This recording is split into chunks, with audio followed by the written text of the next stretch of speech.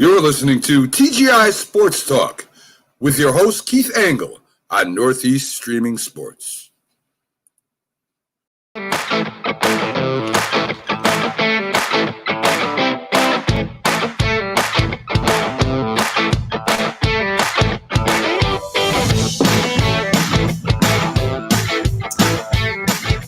morning, everybody. Keith Angle for TGI Sports Talk, Friday, March 12th. Beautiful day here in East Greenbush. It's going to be a little chillier than yesterday. We got into the high 60s yesterday, and today's going to be in the mid 50s, and then we're going to get colder. But time change is coming this weekend. We're excited. So welcome to TGI Sports Talk, still the only live streaming webcast, sports webcast at least, from East Greenbush. We're happy to have all of you here. I want to thank all of you for tuning in live. Again, thank all the groups that allow me to share the content and everybody that views. We've had some tremendous viewership. We've had some tremendous rise in followers. We're also on the Northeast. We're also on the Northeast Streaming Sports Network, and you can watch all our shows there, along with all the other great shows that are part of the Northeast Streaming Sports Network. Big news coming there too. If you've joined a blog site, more news to come on that. I want to thank my guests from last week, Tony Red Bruin and Eric Santifer from Syracuse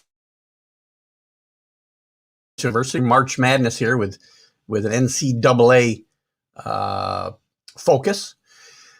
They were great guests, and we've had some great response to their appearance as well. And I want to remind all of you to please check out Eric's book, Everyday God, Promises Made, Promises Kept. Check that book out. That'll be coming out soon. And, of course, Tony's clothing collection. It's Red's Collection. You can see that at redscollection.net. And I do have a link on the TGI Sports Talk page to that. My guest today is scheduled to be Butch Lee. Butch is one of my favorite players from back in my late teens. He was part of the NCAA 1977 NCAA champion Marquette Warriors. Butch is running a bit late. He's with his wife and trying to get himself hooked up remotely. So we hope to have Butch with us in a few minutes. If not via video, then at least via phone. But we'll talk about Butch. Butch had a tremendous college career. He played for Marquette from roughly the 74-75 season, not roughly, from the 74-75 season to the 77-78 season. Won,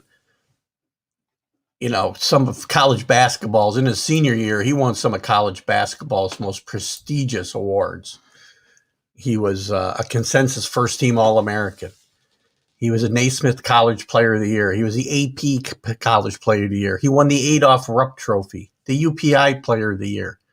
You can't win many trophies, and Butch won in 1978.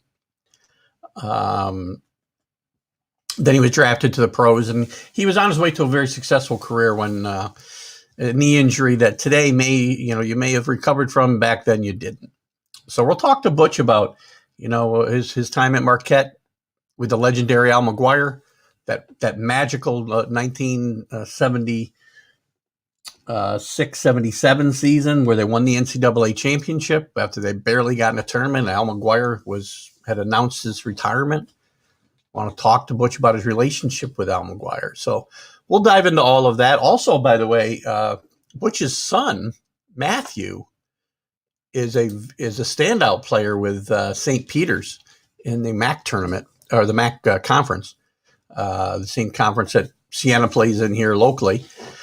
And it's good basketball. They are now in the semifinals after having beaten, let's see, who they beat yesterday. I forget. They beat Ryder yesterday, probably not unexpectedly.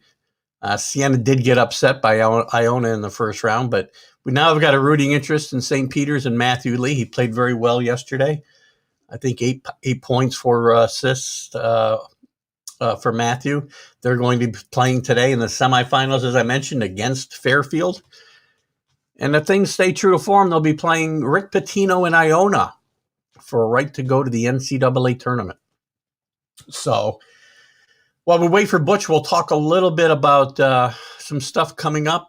We've got Sunday's show, our normal show. We'll be focusing, on the NCAA college conference tournaments. Some of them will have wrapped up on Saturday. Some will be finishing up Sunday. We've got the selection show Sunday night. We're going to be going live on March 31st with our Final Four preview show. That should be a lot of fun. And don't forget, as we get closer to the football draft, it's a ways off yet, but April 29th, we're going to go live. We're going to do the entire first round of the NFL draft live right here on TGI Sports Talk and the Northeast Streaming Sports Network.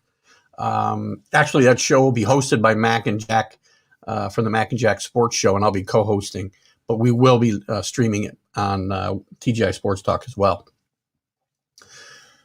So as we continue to kind of stretch for Butch, hopefully it won't be too much longer. We'll say good morning to Dave Guyette.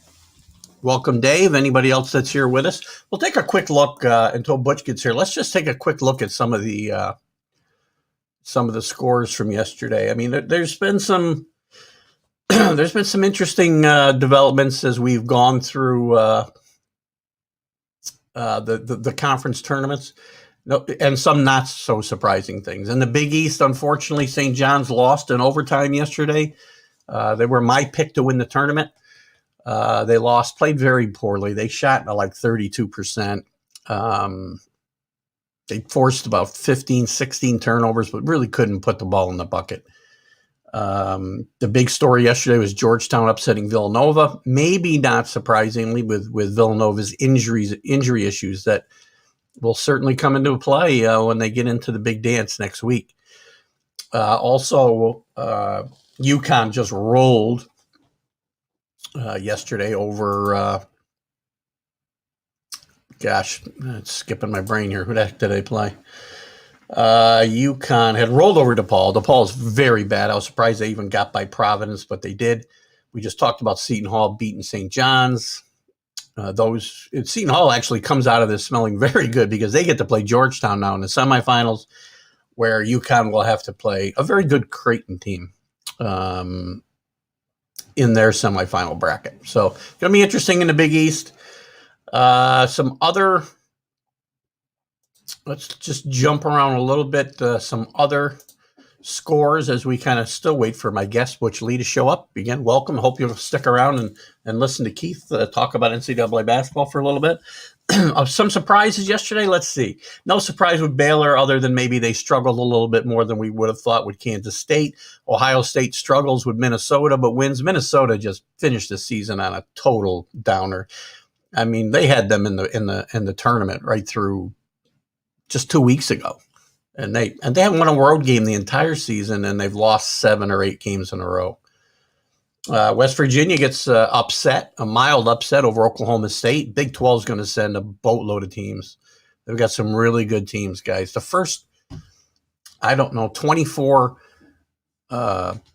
seeds, half of them at least are going to come from, and probably more, are going to come from, or possibly more, are going to come from the Big 12 and the Big 10. Other scores, Texas squeaks by Texas Tech, 2 other really good teams in the Big 12. We talked about Georgetown. Big story with Duke. Duke had a positive test for COVID. They're out of the ACC tournament. Good morning, Bob and Jeanette Engel. How are you? We're still waiting on my guest, Butch. Butch had a minor distraction come up this morning. He's hoping to join me here as soon as possible. So we're stretching a little bit until he shows up. Where else? I was talking about Duke. They had a positive COVID test. They're out of the ACC tournament. They're out of the NCAA tournament. So Florida State gets a bye basically into the semifinals today. Syracuse played a really, really good game against Virginia after blowing out NC State. Syracuse is probably still on the bubble. It may depend on what some other teams do, what kind of upsets happen in these one bid conferences. I'm sorry, not one bid conferences, but I guess the one bid conferences where the tournament champions get upset. We talked about Creighton winning big. Carolina with a nice win over Georgia Tech. Carolina solidifies their spot in the tournament. Colorado with a win over California. They're likely in the tournament. And USC wins over Utah. Maryland handily defeats Michigan State, putting Michigan State after a great run to get back in the conversation, securely back on the bubble, unfortunately for them. But Maryland probably has secured a spot in the tournament, most likely with this move into the quarters in the Big Ten. Other scores, Larry Frank will be interested in South Florida having beat Temple yesterday in the American Conference. Really good basketball league, guys. Kentucky season ends as we kind of expected it to. No late surge, winning the conference tournament and finding their way into the big dance. They're not going to go dancing. 2 blue bloods at least, Duke and Kentucky, out of the big dance. Any other surprises yesterday? Florida over Vanderbilt, no surprise. Georgia Tech beats Miami. Talked about St. John's. St. John's had a great season, guys. Mike Anderson did a great job. We'll probably talk about this when I go on with Mac and Jack at 9:15. Champagne makes the first team All Big East team. Mike Anderson wins the Coach of the Year. Posh Alexander was a Freshman of the Year. Just a really good season for St. John's, and they're ahead of where they expected to be at this point. The experts had them pegged for 9th or 10th in the Big East, and they actually finished 4th. So they did a great job. We talked about St. Peter's and Butch Lee's son, Matthew, contributing to the St. Peter's win over Rider yesterday. UCLA gets beat by Oregon State. Could hurt UCLA's chances of getting in. I think they'll make the big tournament, but losing to Oregon State, not a good Oregon State, is not going to bode well for them. Boise State, who is primed to be an at-large berth here just a week ago, 10 days ago, and they proceeded to lose their last 4 or 5 games. They lose to Nevada. They're probably gone from the tournament. Rutgers beats Indiana. Indiana is in disarray. We went from talking about them being an NCAA bubble team to Archie Miller's not going to keep his job most likely, and they're going to move on from that. Rutgers now is probably solidified their spot in the NCAA tournament. They may need one more victory here in the Big Ten tournament. We'll see. I think they're in. I kind of think Syracuse is in too, by the way. We'll take a look at Joe Lenardi's bracketology here in a second if Butch doesn't get with us shortly. What else? Just looking through the scores here quickly. Anything stand out? Oh, gosh. Ole Miss. Ole Miss is a good story. 76-59 over a bad North Carolina team, but they're making a little run through the SEC tournament here, and they put themselves squarely in the conversation to be in the tournament if they haven't already solidified that spot. Oregon beats Arizona State handily. Billy Hurley's got to be in trouble at Arizona State. They have underperformed now multiple seasons in a row. This is a season like no other, obviously. But I think he's got to be in a little trouble. Bobby Hurley, sorry. I said Billy Hurley. UConn, as we said, rolled over DePaul. And Wisconsin with a big win over Penn State. Wisconsin kind of put themselves on the bubble here. So we'll see what happens. I mean, today's schedule, let's look at it quickly. I mean, as we get towards the semis and the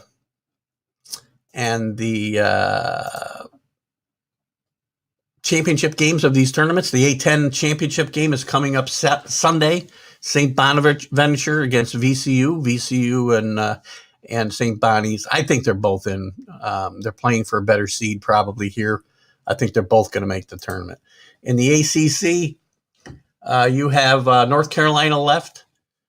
Hold on here. How come I'm not where I want to be? Here we go.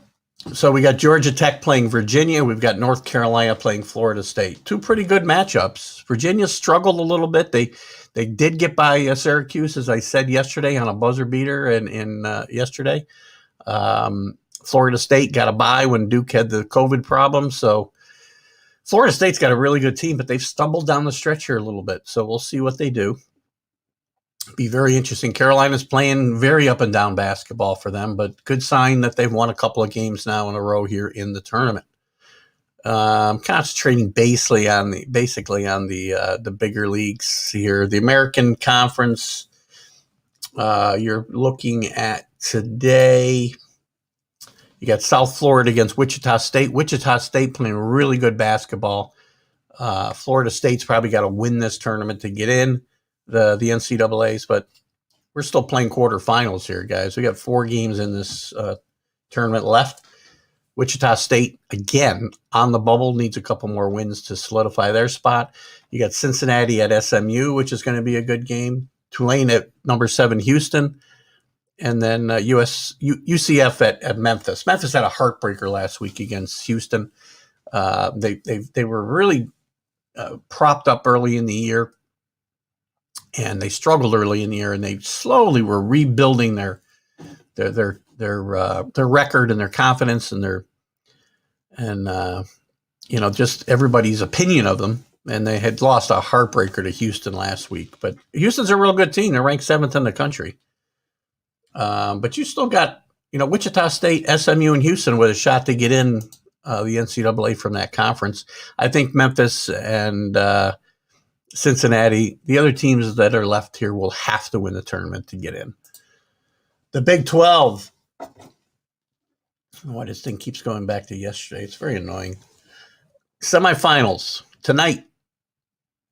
Oklahoma State against number 2 Baylor. Baylor again came back from a long COVID shutdown and undefeated. Obviously, they've been vying with Gonzaga for the number 1 slot overall in the tournament much of the year. They did come back and lose, but not a really bad loss. And they're starting to right the ship. They're playing very well. They did struggle a bit yesterday with Kansas State, but this should be a good game. All these teams are going to make the the NCAA tournament. So they're basically playing for seeding here. And Texas will play Kansas. All these teams are ranked in the top 13 teams in the country. Great league, the Big 12 this year. They're going to get a bunch of bids. Let's move on to the Big East. We talked about this already, but we'll talk about it real quick again. Georgetown plays Seton Hall tonight, and UConn plays Creighton. I would say Seton Hall, I still think Seton Hall needs to win this tournament. Some people will say if they get to the final, they're probably in, but I don't think so. I think they need to win the tournament. Right now they're in the last 4 out, I believe, on Joe Lenardi's bracketology. But UConn and Creighton are definitely in the tournament. Georgetown would have to win the tournament, obviously, to get in as well. Next. Sorry if I yelled. Quarterfinals in the Big Ten. Maryland plays Michigan. Maryland might need another win to get in the tournament. But Michigan's obviously, and they're one of the top 4 seeds possibly right now. You got Ohio State playing Purdue. Purdue has played really, really good basketball down the stretch, has played their way into the tournament. Rutgers, depending on who you listen to, is either solidly in or at least solidly on the bubble. Maybe one more victory, but they're playing the number 3 team in the country in Illinois today. It's going to be very tough for them. So they better play well, and they better hope that they're already in, is my thought. And then you got Wisconsin at number 5, Iowa. Got a soft spot in my heart for Iowa, as I always tell people when we start talking about the NCAA. Fran McCaffrey is their coach and did a great job here at Siena and got them to a couple of NCAA tournaments, which is not a regular occurrence. So the Big Ten's wide open still. We're going to talk more about this. I may be coming in. I haven't done it yet because I haven't found a really good spot to really come on live and watch some games because they're kind of sporadic in the way they're being played. So, but we'll see as we go in through the weekend. I may jump in from time to time. Not really crazy about some of these one bid leagues. If I miss somebody, feel free to say, hey, what about so-and-so? Let's jump to the Pac-12. Again, this league is down a bit this year. A lot of the leagues are down this year. It's been a weird year with COVID, right? It's hard to get any kind of rhythm going when you get teams constantly shut down. Now, some teams did go clean and not have a problem all year long, and other teams had multiple stoppages. Think UConn, who really has come back nicely from theirs. Think Baylor. Think Iona, who went 56 days without playing a game. So we'll stop there because it looks to be my guest, Butch Lee, has made it. Masked up and all. Butch is in a medical facility. Nothing major. He had to take his wife for a procedure. So let's bring Butch in with no further ado so we can cover what we need to cover. Good morning, Butch. How you doing, Keith? Good. I'm glad you could make it. Can you hear me okay? You're not robbing a bank or anything right now, are you? No. It's just that I'm with someone. Once they go out, I'm going to be able to take my mask off. Okay, no problem. So welcome. I'm glad you could make it to the show. I know you had a little situation this morning, so I'm glad that you were able to kind of get with us, and I appreciate you going out of your way to do that. I talked a little bit in the opening about your tremendous career at Marquette and especially your senior year where you won a ton of awards. I mean, you won almost every award that you can win in college basketball, and obviously you were part of that great 1977 championship team. I lost you there, Butch. There you are. Yeah. So let's chat a little bit. I want to start a little bit. I mean, you were born in Puerto Rico and you moved to New York as a young man, a child, I guess, right? And you were a standout basketball player in the public school league there. Talk to me a little bit about the recruiting process and how you ended up at Marquette with Al McGuire. A lot of things happen very fast with Marquette, but my recruiting process in the summer after my junior year, we had won the city championship, and that summer I went to 5-star camp, and I was almost fighting with Garfinkel and those guys. I didn't want to go in the beginning, so I went to a 5-star camp. I broke the scoring record, which still stands at 50 points in one game. And when I got back home, I was getting letters, 5, 3, 4, 5 letters every day. And that's how the recruiting process started. And I don't know at what point Marquette got involved, but everything happened very fast with Marquette. They had a great team that had just went to the NCCA finals. Yeah. And, I saw Marcus Washington. He was a senior and he was graduating. So I figured I can actually become a starter on a top team in the country right away. So I like that. I didn't know how Marquette played their style or anything, but I just liked having that opportunity to be on that big stage as a freshman. Were there other teams? What were the other teams that were possibly in the finals to get Butch Lee? Well, I went to visit the University of Pennsylvania, Jacksonville, and also I visited Duke, which it wasn't the Duke that it is now, but still they had a good program, and I was a little interested. Did you visit Marquette before you went there? Yeah, I visited Marquette also, and what happened with Marquette is that I really liked the guys on the team. Earl Tatum, Bo Ellis, Lloyd Walton. I felt right at home, and I thought that that was the clincher, really, when I met those guys. I got to tell you a funny story that Tom Keegan told me when we did the Big East preview show the other night, and I want to make sure I give him credit for this. He was talking about Al McGuire when Al was at Belmont Abbey, and he got this great recruit from New York City, and one of the other coaches asked him, well, how did you ever get this guy to go to Belmont Abbey? He says, well, I just took him and showed him the campus, and he loved it. Well, he didn't take him to Belmont Abbey, though. He took him to Chapel Hill and showed him the Chapel Hill campus. And that's how he got him to go. I'm assuming it's a true story if Tom told it. So tell me about... There's a page on Facebook wits of Al McGuire. Yeah, I And love it. I've learned so many things over these last years that I didn't know. You know, that Al was such a character. I feel blessed that we had the group that we did. And between Rick, Hank, and Al, you know, you couldn't ask for a better coaching staff and better people to grow up around. You know, I had that. I had Lloyd Walton, who I know you know, played with you for a couple of years at Marquette, on a couple of months ago, and he said the same thing about the coaching staff and the guys. You know, he said he butted heads with Al now and again, which I'm sure a lot of the players did. I mean, what was your relationship like with Al? No, I had a great relationship with Al. You know, I tell you, I learned so much with him, and I'm gonna tell you a good story, baby. I'm gonna Sure. just sit down right here. I'm gonna sit Yeah. down. My leg is Take, hurt. I'm gonna sit down. I was just talking to my wife. tell her hello for us. Yeah, hello. I'm just gonna sit down right here, baby. But put your hand there so I can see it. How's that? Yeah, I can hear you. You're not gonna.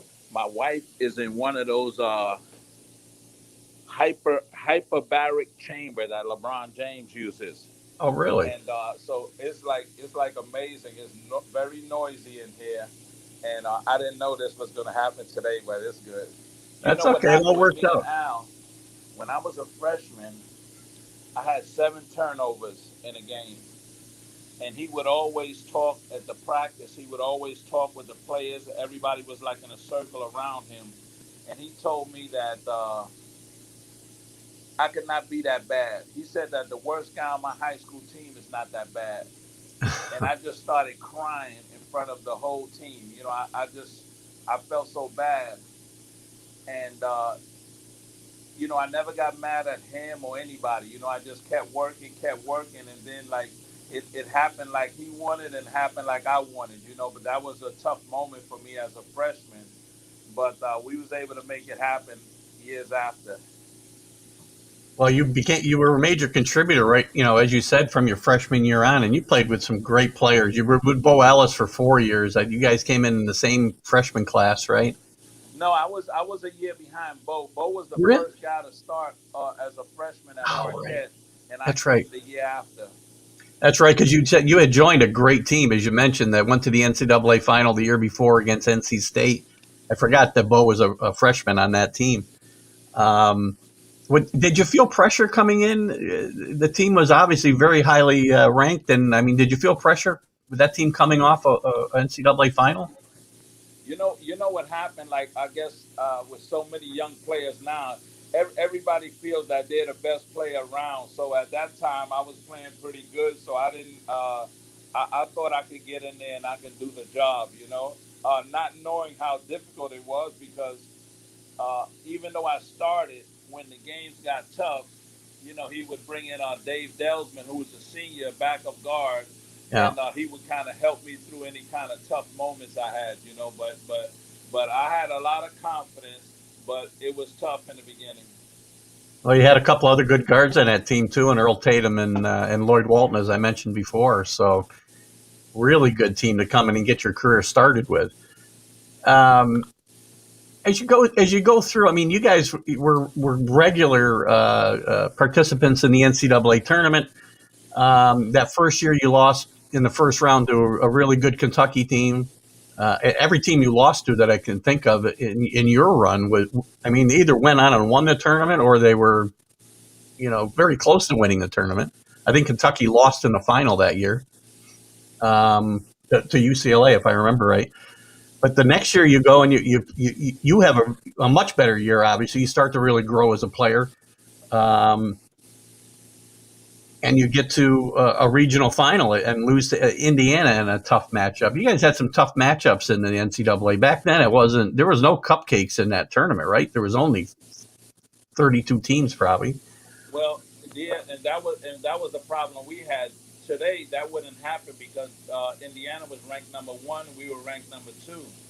So we Yeah, probably wouldn't have met until the finals. But at that time, since both of us were in the Midwest, we almost had the championship game in the regional.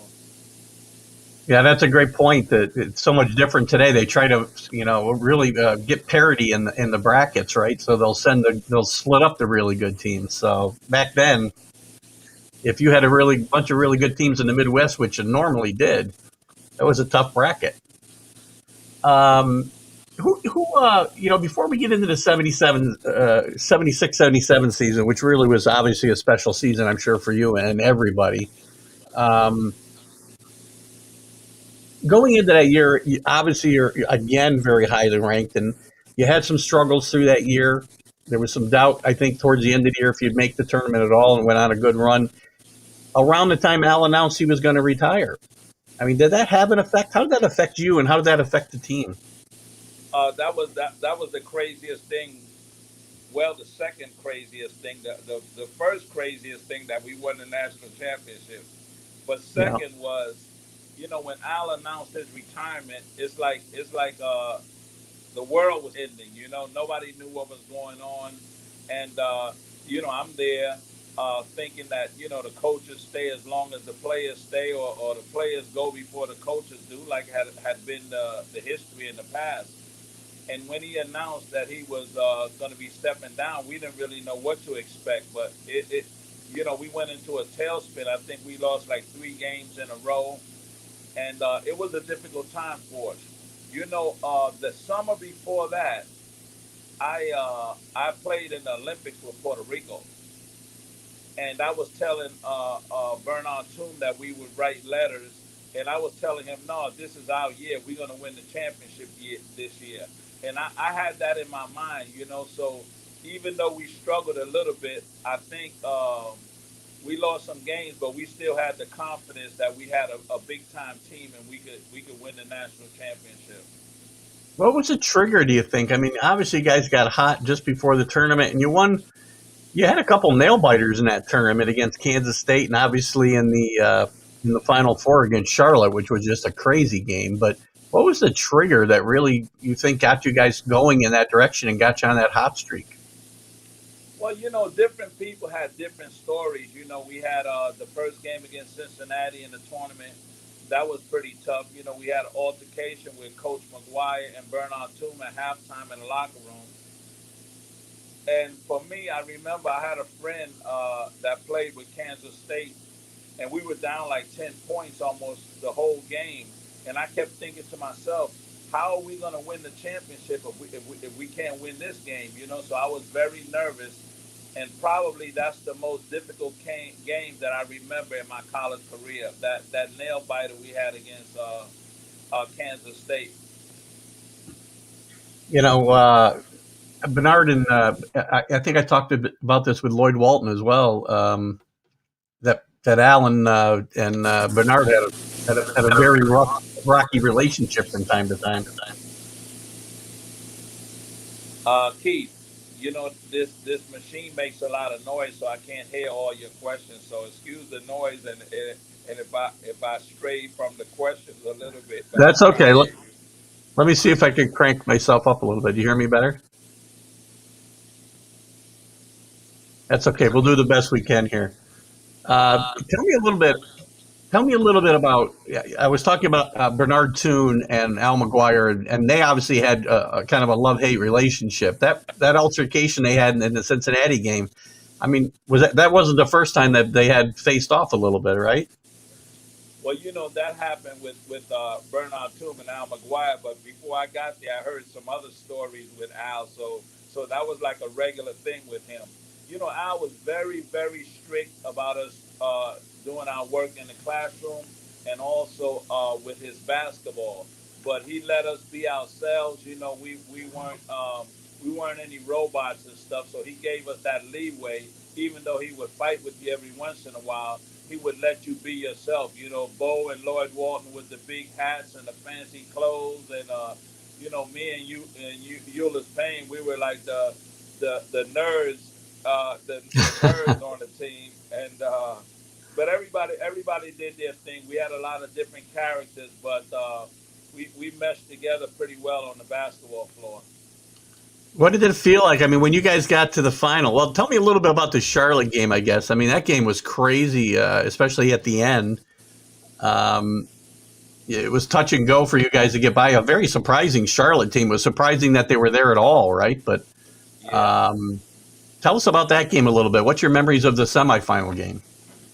Well, one of the things I remember about that game, my parents were at the game, and my mother was so nervous that she couldn't. She had to leave. She didn't even see the end of the game. She was so nervous she had to go out in the hallway and everything. But that was a nail biter. That the score was tied. That kind of makes it a little easier when you have to make the last shot. But I remember Al coming out on the court and looking at the scoreboard. Nobody knew what he was doing. He just walked out there by himself and started looking around, looking up at the scoreboard that was hanging in the middle. And I guess afterward we found out he was looking to see if I can throw the long court pass without interfering with the with the scoreboard. Yeah. I use that sometimes. I talk a lot of basketball, and I always say a lot of people don't do it, but you need your good players or your best player taking out the ball.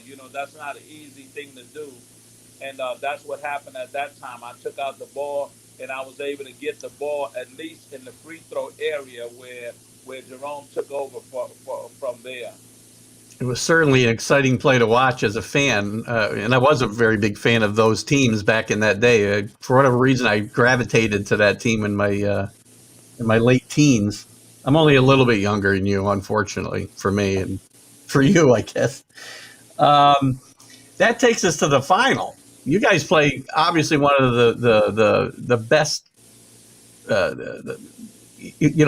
one of the blue chip teams in the history of basketball in North Carolina. I think every player that started on that game made it to the NBA or was drafted into the NBA. Correct? Yeah, I think North Carolina has 7 guys from that team that got drafted in the NBA, and we also had 7. They were a big time team. Yeah. And that gave me a little revenge because I played against Phil Ford and Dean Smith, Walter Davis in the Olympics, and so I had a chance. They beat me in the Olympics, so I had a chance to get back at those guys in that game. Jimmy Boylan was also a good friend of O'Curran, so they kind of met back up also. Oh, interesting.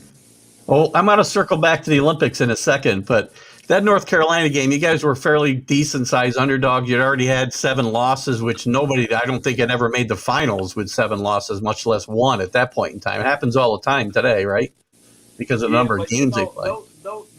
That was a little deceiving, those 7 losses. And Al, I didn't know. We always thought we were going to get to the tournament, but Al had us concerned about that, so we would make sure we played our best game every time coming up to the finals, our final game when we finally got the notice. But we had a great team that year, and the 7 losses was no way indicative of the team we had. So. Oh, I agree. But you never know what the NCAA is going to decide. So we Al was saying he was a little nervous. I don't know if he was or not. Did you have any doubt in your mind you were going to beat Carolina that night? No. Once we got to the final game, as I said, during the whole year, we were pretty confident that we could win this national championship. And I think once we got to that final game, it was going to be very hard to stop us at that point. What was it like at the end of that game? And I remember, very vividly Al being overcome by emotion, a different kind. I mean, Al was often overcome by emotion, right? But not that type of emotion. The good kind and the bad one. Yeah. I mean, it was certainly different to see Al McGuire crying on the sidelines. I mean, what was your, what was it? How did you interact with him after the game? No. Everybody was pretty, we were pretty excited and stuff, but I was kind of like a cool character, and Al was too, so we didn't get that crazy. We hugged and we cried and everything, and it just was a great moment. My whole basketball career was so crazy, and that was one of them. That's probably the best moment in my basketball career, winning the national championship. You dream about that as a young kid. You watch the college games, and on the weekends after the games are over, you go and play in the parks. and you're going to be David Thompson. The other guy's going to be Bill Walton.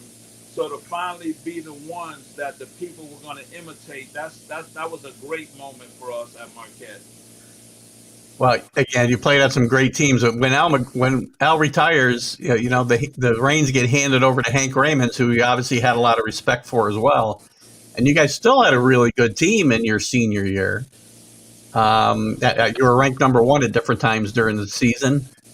Then you had a tough loss in the first round to Miami of Ohio. I mean, how did it stupid question, I guess, is how did it feel to end your college career that way? But I mean, it had to be an awful day for you, I'm thinking. You know that we had already won. That was a buffer. That was a little buffer for us. But, to end your season like that, it's incredible because, we were the defending champions thinking that we were going to be able to win again. But imagine most of the teams in the country have that feeling like your tournament or your season come to an end so abruptly. My son last night, we watched him play. He's at St. Peter's. Yeah. And it's crazy as a parent, so I understood how my mother feels. When you're out there on the court, you're giving it all, your all, and you don't really realize the significance of everything that you do. But the fans, I think, take it even harder than the players, since that's what we're out there to do. Yeah, I agree. So, again, through your 4 years, you play on some tremendous teams. One that won the national championship. Of all the teams you played on at Marquette, was the championship team the best team, or were some of those other teams better?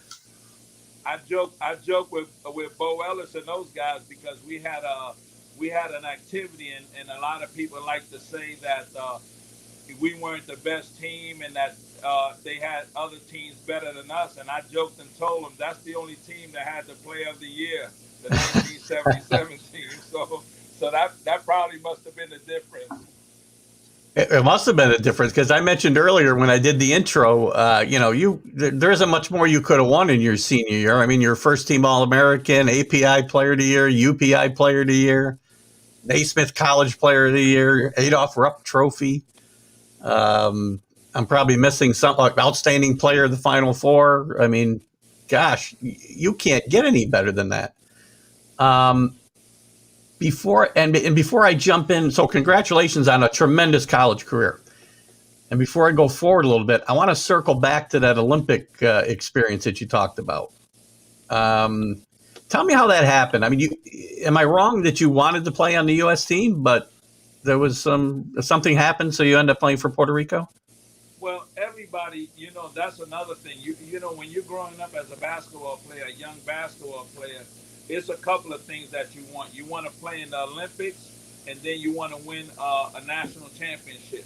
So I got a chance to do both. I was interested in the USA team, but it's more that they interested in you. Yeah. They had already invited Earl, Tatum, Lloyd Walton, and Bo Ellis, so they're not going to invite our whole team. I was just a sophomore at the time, so I didn't feel one way or another. I had already after the summer after my freshman year, I had been playing in Puerto Rico, so they had been going to the Olympics. So I thought I was going to make the Puerto Rico national team. So I knew I would eventually make it to the Olympics. So that's what happened. I wasn't upset or anything that I wasn't on the USA team because they had invited 3 of our older players. But it gave me an opportunity to shine. I was able to do more with the Puerto Rican team that I probably would have if I played on the USA team. So that was a big moment and a showcase game for me, I guess. We played slow at Marquette, so I never scored that many points. But in Puerto Rico, I had a little more flexibility offensively, and I was able to make 35 points that game. Yeah, you guys went from a 35-mile-an-hour speed limit to about 60, I think, or 65 in that regard, right? Now, you played, and you almost single-handedly. Now, the U.S. at that time, well, throughout history, I guess, except for 72, which is a story all into itself, the Olympic team, the U.S. had dominated for years, winning gold medals. You almost single-handedly led that Puerto Rico team to a win over the U.S. You only lost by 1, right? Yeah, we lost by 1 point, and Puerto Rico, they have a lot of players they call Neo Ricans, and that's Puerto Rican players that grew up in the states. Yeah. A lot of them were from New York, so they played a similar style of game as the U.S. players. So we weren't afraid, and we had some good talent there. That was one game. Probably that would have ended differently if we played in a series, but that one game we showed up big. Me and the team, but especially the other guard, Neftali Rivera. He had a great game. He had 26 points also. So between the backcourt, we had over 50 points, which was a lot at that time. Yeah, I remember in those days. I remember watching some of those Puerto Rico teams play in international competition, Pan Am games or Olympic games, and they always had exciting teams with a chance to win. So it would have been a tremendous upset. Still, if you'd beaten the U.S., it would have been a tremendous story for you guys.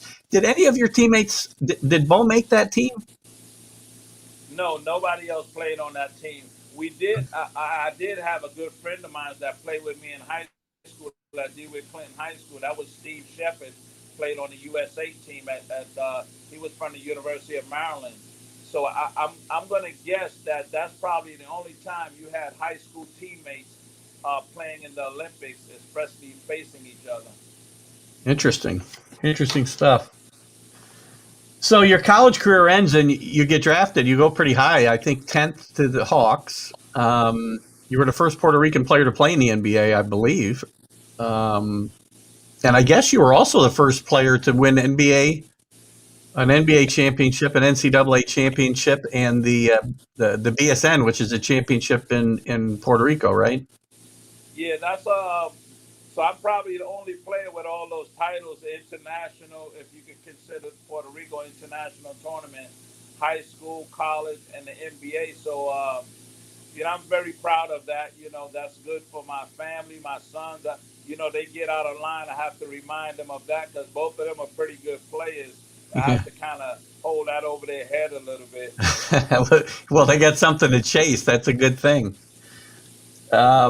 So your professional career gets started with the Hawks. I think you got traded in the middle of your rookie season. You were obviously, I think, on a trajectory to be a very good NBA player. You were improving year after year, and you had a knee injury that, gosh, I guess, which if it happened today, your career may not have been over. But did that knee injury, I'm assuming, effectively ended your NBA career, even though you did try to come back from it? Yeah, that was a little tough, because you grow up. I was expecting I was going to have a long career. My first game with Atlanta Hawks, I think I scored 18 or 20 points in my first game as a rookie. So I was really looking forward to it. The NBA, the game is a lot freer, it's a lot more open, and you have more minutes. So I was looking to do a great job, but it didn't turn out that way. Like that's my story, for example. But at least I got a chance to play with maybe two of the greatest of all time, which is Magic Johnson, Kareem Abdul-Jabbar. So I kind of went full circle from growing up in Harlem playing basketball to winning an NBA championship and playing with those great players. So it turned out pretty good. It's a good story. You did have a great career. What? Let me ask you the difference from going from Marquette to the NBA and playing for Coach McGuire and Coach Raymond's, and you get to the NBA and you're playing for guys like QB Brooks and Bill Fitch. I mean, are they different? Is the difference really palatable between the coaching and the way you're coached, or is it not that big a difference? Well, I don't think it's that big of a difference, but like one difference that Al McGuire made, he said he couldn't coach in the NBA because he couldn't coach a player that made more money than him. So Right. I guess after a while, that might have something to do with it. At that time, we didn't make as much money as they make now, so the coaches still had a lot of power. But you still have to play tough defense. You have to work with your teammates and stuff, and it's pretty similar. The biggest difference, why I say my NCAA championship was my best moment. In college you become brothers and friends and family, so it's a lot more uh, united. than in the NBA. In the NBA, everybody have their family, they have their groupies, and you don't have that same camaraderie as you have in the college, and that's what makes it a little more exciting for the basketball players when you win in the NCAA. I remember I mentioned to one of my friends, you know, in the NCAA tournament, that's the only place you see the guys that win they cry, and the guys that lose that they cry. Everybody is crying in the NCAA tournament. Right. To go back to Marquette, I mean, when you guys, when you were there, and for a long time even after, Marquette was not part of a league. They were an independent and were able to play a great schedule because they could, schedule all over the country and play all the top teams. And I probably, for financial reasons and scheduling reasons, they had to eventually join a league, and they joined the Big East. What are your thoughts on that? Is it better for them now being in the Big East, or? I think it's better. You know, it's hard being an independent because then you're competing against the whole country. You know, I remember when I was at Marquette as a young player, me and Phil Ford, we were like first team All American in high school.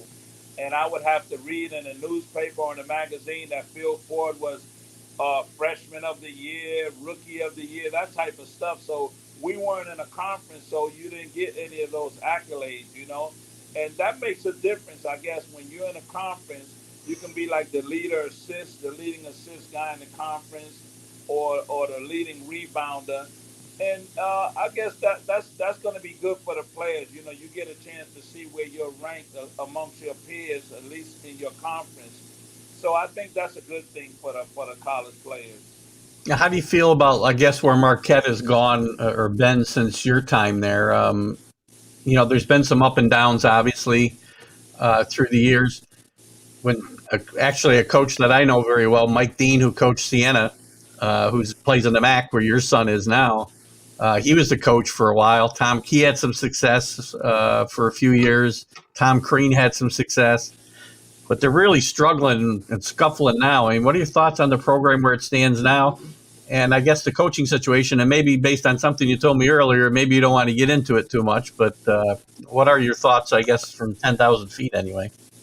Well, you know, it's so crazy because I remember Al McGuire. It was Al McGuire and John Wooden at UCLA. They had like about 10 seasons of 20 wins or more. They were like 1-2, and you can get spoiled. You know, I feel very blessed that we had the great teams we had. You know, we had sellouts for every game when I was a senior, and probably for my whole career there. But you get a little spoiled because it's so difficult to win in college basketball, and that's like probably a hard pill for Milwaukee and the Marquette fans because you win a national championship, and whenever you win, it's kind of hard to appreciate how hard that is. So now that we're in the middle of the pack with every other school, we kind of back to reality as far as what other coaches face. You know, you had guys that had strings like Duke and North Carolina, you know, winning games and winning a lot of games. As I mentioned, UCLA, and that's just hard to do, you know. Yeah. And you really can't judge the Marquette program solely on what we were able to do in the '70s because we had some great teams that it's hard to, especially now you have one and done. We had guys they were three and done, but it's Right. similar to what you have now, so it's kind of hard to keep competing at that same level, winning championships, getting to the Final Four. So I kind of feel for all the college coaches, really knowing how hard it is to do what UCLA and Marquette was able to do over the years. Well, you did some coaching after your playing career too, I think, right? Tell us what Butch Lee's been doing since your NBA career, and some of the things you've got going on now. I know you got a Facebook page about point guards. I don't know if you run a camp for point guards or whatnot, but Yeah, I have a sign company here in San Juan, and that's pretty much what keeps us busy in the San Juan area. And then every time, every once in a while, I might get a chance to coach, especially when my oldest son was here. I coached in the Superior League, and that was kind of good keeping them around basketball. I had some basketball academy here where I was teaching the guys how to be point guards. Yeah. So it's good. It's difficult because instead of just taking care of your own self, you have to remember and all the stuff that you were able to do and try to translate that so the younger guys can kind of understand it, you know. So it's a little delicate balance, but I love basketball and I love teaching basketball and helping guys with basketball. You have coaching aspirations now? Uh, I'm busy. I'm very busy right now with my family, just trying to keep a tabs on Matthew, that he's a sophomore at St. Peter's, and Brandon, my young one, he's a 14-year-old, one of the top players here in Puerto Rico. So I have my hands full with those guys. And anybody that has a 14-year-old son, they kind of probably know how hard that is. Yeah, I'm sure. Well, at least you only got them in the house one at a time, kind of. That's So the good part. Well, Matthew, listen, congratulations on Matthew's career up to now. He seems to be growing as a player. He's been an integral part of that St. Peter's team, who's in the semifinals now with the MAC. And if everything holds to form, they'll be playing against Rick Pitino and Iona in the final. That'd be an exciting game. Yeah, I know Rick Pitino. You know, we were at five-star camp. He was a coach and I was a player. But he's a great coach, and that's a big thing for the MAC to have him in that conference. Let's see how St. Peter's keep moving forward. You know, I'm expecting good things from them. So let's see what happens. Yeah, I hope so too for you. Since Sienna's out, I'll be rooting hard for your son in St. Peter's. How's that? How about the younger one? What's his name? I'm sorry, your 14-year-old. The older one is Matthew. The younger one is Brandon. Brandon. And, Brandon, he's 14 years old, but he's already 6'3", by far the tallest one in the family. And he has a pretty good game. We expecting that one day he'll be playing Division I basketball in the NCAA also. Well, that was my question, because these things start early these days, right? Have schools been to look at him yet, or is it a bit early for that? We need a nice school for him because he's in Puerto Rico with us, but we'd like to get him in the States at a good school in the States so he can continue his development as a player over there. Well, continue the family tradition as well, right? So congratulations on all of that. And next year, when things return to normal, I assume you'll get to see some of Matthew's games, hopefully. Yeah, we watch the games. They come on ESPN Plus and ESPN News tonight. So we kind of keep up with the games. Well, next year when things are normal, and St. Peter's is in Albany to play Siena. I hope you attend live, and maybe we can get together and have a cold one or something. All right, that sounds good. Butch, I've loved having you on today. I'm glad that I know it was inconvenient with the situation you got there and hyperbolic chambers and everything. So yeah, I appreciate you. I appreciate you coming on. I loved watching you play. I loved having you on, and you got a lot to offer to the audience. And I'm sure the Wit and Wisdom site will eat this interview up. They loved it when we had Lloyd on. So I'd like to have you on again. I got to talk to you maybe about doing something with our Final Four show. I want to try to do something with some guys who have played in the Final Four.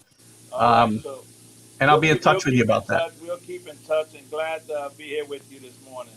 Excellent. I appreciate you coming. Thanks a lot, Butch. All right, then. Bye. Bye-bye. So Butch Lee, showed up a little late, but listen, when your wife's in a hyperbolic chamber and you can still get on my show, you're a dedicated individual. Thank you, Butch. Have a nice day, Dave Guyette, bugging out. So anyway, thanks to Butch Lee. We had to rush our interview a little bit, but I think we touched on all the talking points. I'm hoping to get Butch, and maybe I can talk to him about getting Bo Ellis, and I'm going to talk to Lloyd Walton about maybe getting on our Final Four show. All the guys, I want to get some players that have had experience in that Final Four and talk to them a little bit about that when we do that show on the 31st of this month. We're getting close to we're in March Madness right now with the tournaments, the conference tournaments, and we're heading towards more. So with that, Join me Sunday live at 9 a.m. We'll be covering all the tournament information, a little bit of Major League Baseball, probably some NFL news. Unfortunately, I hear I've got a couple people that have posted that my Patriots have signed Cam Newton, which I am not happy about. So I'm sure I will be railing on that, if not on a vlog later today, because I may not be able to wait until Sunday. I'm not happy. But that's for another show. Listen, my guest next week, by the way, will be Chuck Everson and Sonny Spira. Chuck played for Villanova in the mid 80s. I believe 80. Well, again, mid 80s. Sonny was maybe a year ahead of him at Syracuse. They've got a podcast of their own that they do now. But Chuck was on the Villanova team that beat Georgetown 1984, 85. Got a tremendous stories to tell. They've had some great guests on their podcast. We're going to have them on with us live next Friday as we continue our March Madness focus on Fridays. And I hope you will join us then. I will be on, as I said, Sunday, if not before. You're probably going to see me this afternoon, guys, because I am not happy about this Cam Newton information. So I'll get over it. I'm going to be on Mac and Jack in 15 minutes. I'll share the show live to TGI Sports Talk. Join me there. It's Keith Engel for TGI Sports Talk. Have a great weekend. I'll see you soon.